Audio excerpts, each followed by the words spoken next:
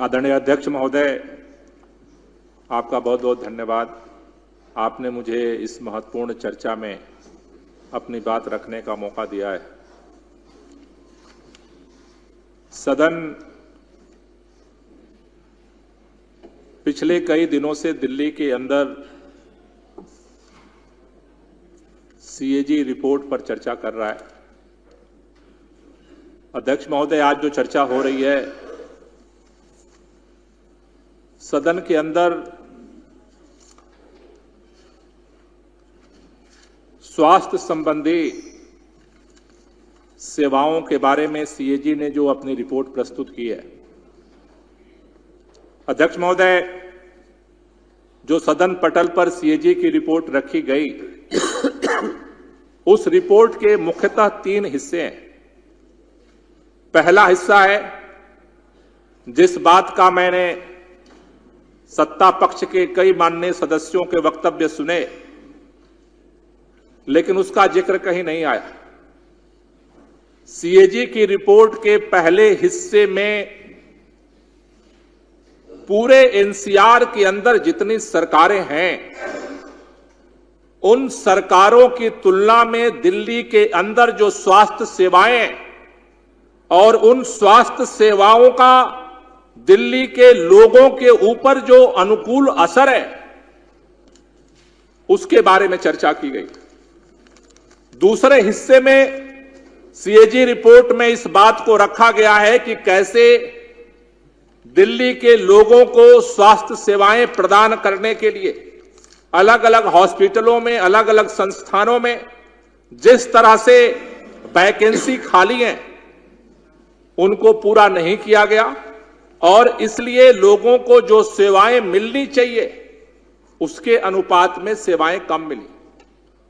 और तीसरे हिस्से में इस बात का जिक्र है मुख्य तौर पर कि दिल्ली के अंदर नए हॉस्पिटलों के नए बेड के विस्तार का जो काम था, उसमें 2022 तक क्या स्थिति थी, इसका जिक्र किया गया। माननीय अध्यक्ष महोदय, मैं इस बात के लिए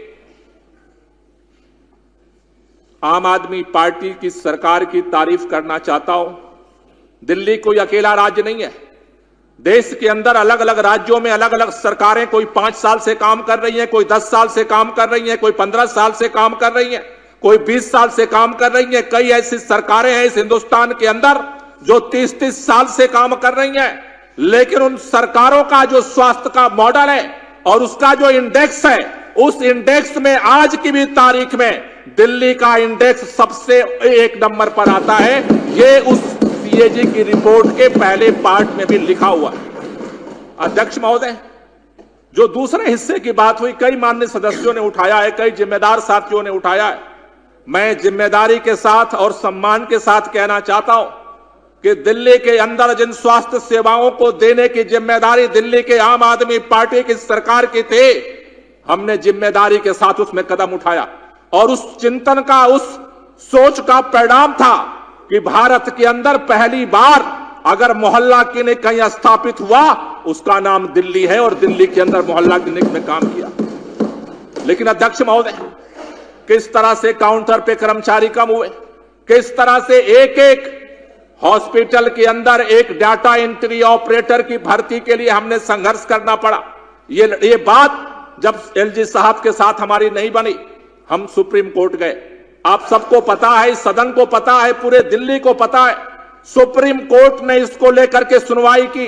2 साल तक सुनवाई चली कि दिल्ली के चुनी हुई सरकार को भर्ती करने का अधिकार होना चाहिए। सर्वोच्च न्यायालय ने संविधान पीठ के 5 सदस्यीय सदस्यों का गठन किया और संविधान पीठ ने यह फैसला किया कि दिल्ली के अंदर लैंड एंड बिल्डिंग, लैंड को छोड़ करके, पब्लिक ऑर्डर को छोड़ करके और पुलिस को छोड़ करके दिल्ली के चुनी हुई सरकार को निर्णय लेने का अधिकार होना चाहिए।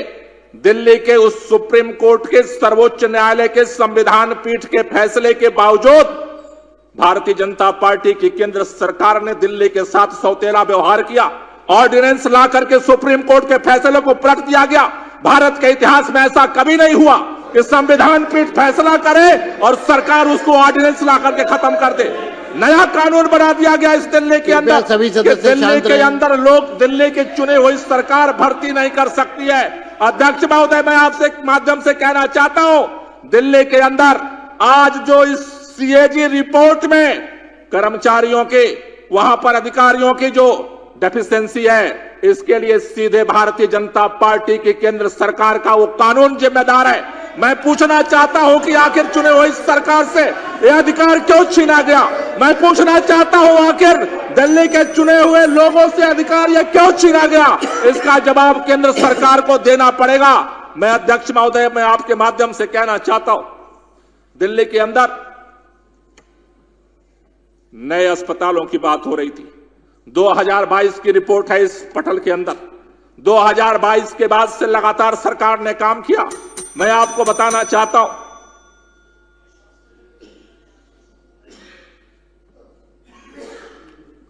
पूरा करिए ना। आपने घंटी बजाई थी। हाँ, घंटी इसलिए दिया कि समय हो रहा है, तो उसको समाप्त कीजिए। बंद कर दिया, जैसे आप ठीक समझो। बंद कर दिया सर। बताइए।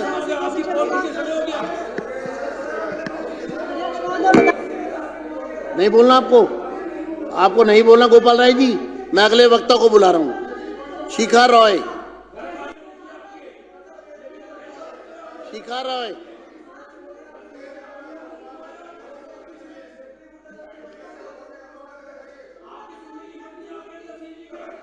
शिखा रॉय।